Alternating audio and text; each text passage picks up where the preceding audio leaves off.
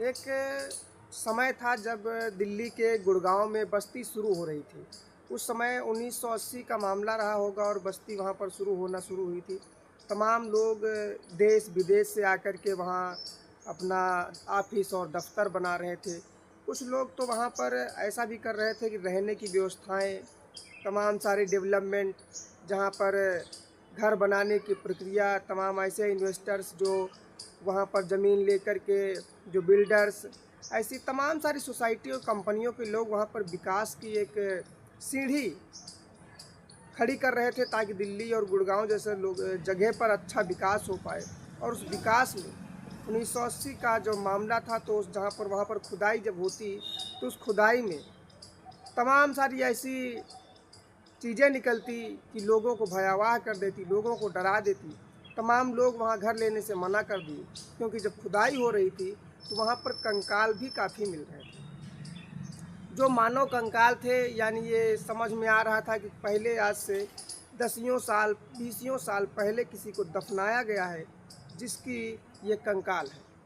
अब सारे लोग जब तमाम सारे लोग डर जाते हैं तो वहाँ पर ज़मीन लेने से, घर लेने से इनकार करते हैं। इस वजह से देखा जाए तो कम से कम 5 साल के अंदर वहाँ पर बहुत ज़्यादा, वो जो गुड़गांव का एरिया है वहाँ पर 10-12 लोगों की बस्ती थी। लेकिन धीरे धीरे जब 1990 का दशक आया, तो अब धीरे धीरे तमाम सारे लोग वहाँ पर ज़मीन लेने के बाद में वहाँ पर ऑफिस और दफ्तर बनाने लगे। और ऑफिस और दफ्तर इस तरह से बने, इतनी भीड़ हुई कि कई सारी कंपनियों के ऑफिस और दफ्तर बने। अब वहाँ कॉल सेंटर भी बने तमाम सारे लोगों से। अब उस समय मोबाइल का ज़माना, सिम चालू हुए, लोगों तक मोबाइल फ़ोन पहुँचा, आम नागरिक तक फ़ोन जब पहुँचा तो वहाँ पर अब कॉल सेंटर बनाना ज़रूरी था, जहाँ पर बात हो सके लोगों को। और फिर बड़े बड़े कॉल सेंटर, तो ऐसा ही एक कॉल सेंटर था बीपीओ। और बीपीओ का जो कॉल सेंटर था, तो उस कॉल सेंटर में एक लड़की थी जिसका नाम था रोज़। और वो रोज़ अपने समय से, नियमित समय से ड्यूटी आती और ड्यूटी करती और चली जाती। लेकिन अब इन्हीं समय के साथ साथ कुछ ऐसी चीज़ें हो गई। एक रोज़ आई, और जब रोज़ आती है तो ऑफिस में काम करती है, और काम करते करते दोपहर के 1 बजे उसके पास एक फ़ोन आया।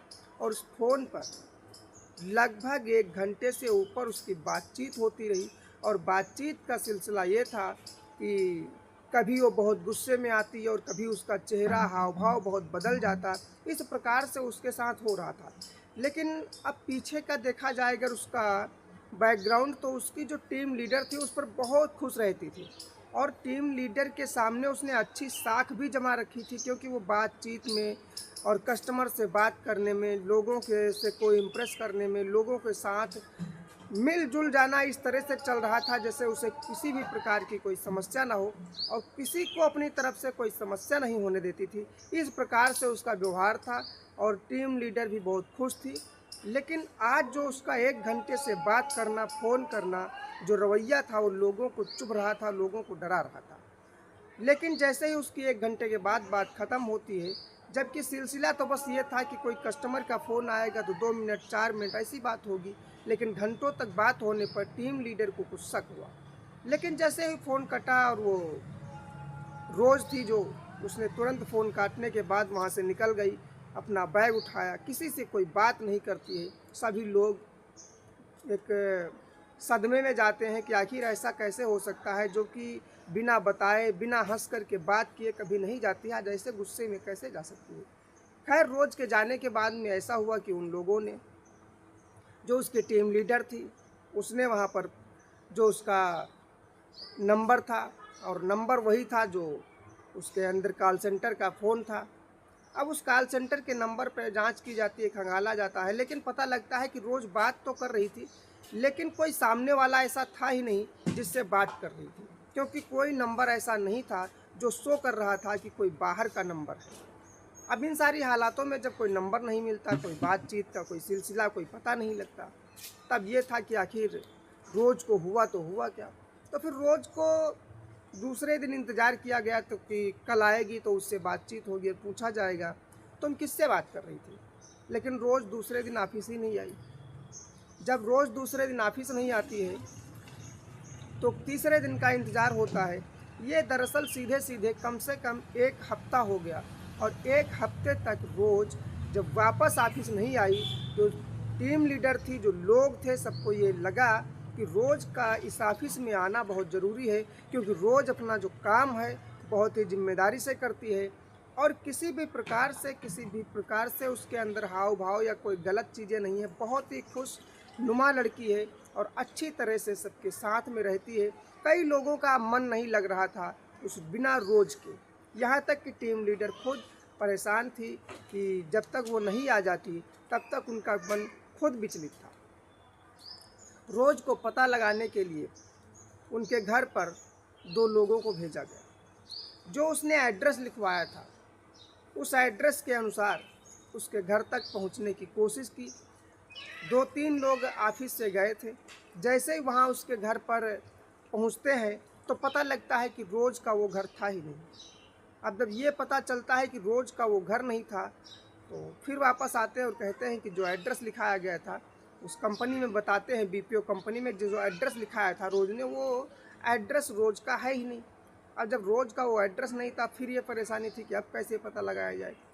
तो एक लोकेशन ट्रैक किया और देखा कि जहाँ पर वो रोज़ उतरती थी अपने बस से, जो बस से सवारी से जाती थी, तो जो बस से जहाँ पर उतरती थी वहाँ पर से पता लगाया गया कि इस लड़की को जानते हो, आखिर कहाँ जाती थी। तो कोई बोला कि इस लड़की को मैं अपनी टेम्पो से लेकर के जाता था, यानी अपनी टैक्सी से लेकर के जाता था। तो फिर वहाँ से पता लगाया गया कि आप फिर छोड़ते कहाँ थे, तो पता लगा कि इस जगह पर छोड़ा जाता था। और जब उस जगह पर छोड़ा जाता था तो आसपास लोगों को फ़ोटो दिखाया गया, बताया गया। तो उसने कहा हाँ, ये लड़की इस सामने वाले मकान में रहती है, और उस मकान में 2 ही लोग हैं, जो बूढ़ा और बूढ़ी है, 2 ही लोग हैं जो बुजुर्ग हैं, दाम्पत्य हैं, और कोई नहीं है। उस घर का दरवाज़ा खटखटाया गया और पूछा गया कि लड़की कौन सी है, इस लड़की को तुम जानती हो, ये आपके ही घर आती है। तो उन लोगों ने कहा कि हाँ, ये लड़की मेरी है, रोज़ है, आखिर क्या हुआ, अब क्या लेना देना है इससे।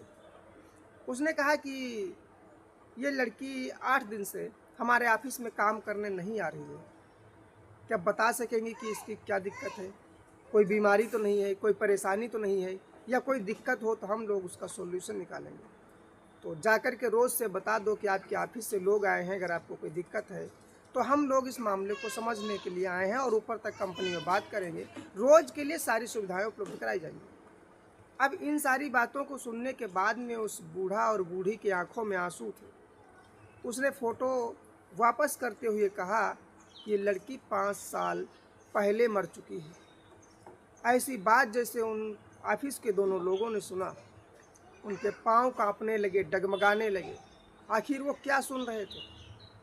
उसने कहा कि ये लड़की मेरे ऑफिस में पिछले 3 साल से लगातार काम कर रही है, और तुम कह रही हो 5 साल पहले मर चुकी है। उसने कहा ये बात बिल्कुल तय है। पड़ोसियों को बुलाया, तब तक कई लोग आ गए, उनसे पूछा गया तो पता ये लगा कि वो जो लड़की है रोज़, वो 5 साल पहले मर चुकी है। अब इन सब लोगों को, जो 2 लोग गए थे, उन लोगों को वापस होने में इतनी समस्या थी कि उनके पैर डगमगा रहे थे, इसलिए कि वो लोग एक भूत के साथ लगातार 3 साल से काम कर रहे थे। ये बात आकर के जब ऑफिस में बताई, ऑफिस के लोगों को पता चली, तो उसमें से उसके जो जानने वाले थे, जो चहीते थे, जिनके साथ वो बहुत घुल मिल कर के रहती थी, कई ये बेस्ट फ्रेंड के तरीके से थे, उन लोगों से जब ये बताया गया तो उस ऑफिस में कई लोग बीमार भी हो गए। कई लोगों को तो इतना डिप्रेशन हुआ कि कई दिनों तक हॉस्पिटल में रखना पड़ा, क्योंकि उसकी जो दोस्ती थी, जो उसका लगाव था, तालमेल था, लोगों को इतना परेशान कर रहा था कि मैं एक भूत के साथ 3 साल तक कैसे गुजार सकता हूँ, क्या ये सही है, क्या ये गलत है। इन लोगों में इतना डर, इतना एक हाव भाव जो भर गया था, वो कई दिनों तक नहीं निकलता है, यानी 15 दिन तक कई लोग बीमार चलते हैं। कुछ लोग तो मरने की कगार पर आ जाते हैं। कभी कभी ऐसी घटनाएं जीवन में हो जाती हैं जिनका कोई अर्थ नहीं होता है। अब ये बातें कई लोगों के हिसाब से या मेरे हिसाब से ये अंधविश्वास की एक घटना है, ये कहानी है। लेकिन विश्वास करना इसलिए ज़रूरी है कि इसके पीछे और भी तमाम कारण हो सकते हैं। हो सकता है लड़की घर से काफ़ी दिन से बाहर रही हो और किसी हादसे ने ये बता दिया हो कि इसकी मौत हो चुकी है। लेकिन हो सकता है कि कोई और भी कारण रहा हो जिसकी वजह से वो लड़की घर से गायब थी और उसके बाद में वो लड़की फिर से गायब हो गई, कहाँ से आई थी। इन सारे सवालों के जवाब आप लोग कमेंट में ज़रूर बताएं। आखिर क्या कहानी हो सकती है, क्या घटना हो सकती है जिसकी वजह से 5 साल तक वो अपने घर से गायब रही और 3 साल तक वो उस ऑफिस में काम करती रही। दोस्तों, आपके कमेंट का हमें इंतज़ार रहेगा। वीडियो अच्छा लगा हो तो लाइक कर दीजिएगा, चैनल को सब्सक्राइब कर लीजिएगा। मिलते हैं कल रात 9 बजे एक सच्ची घटना में। तब तक के लिए नमस्कार, धन्यवाद, जय।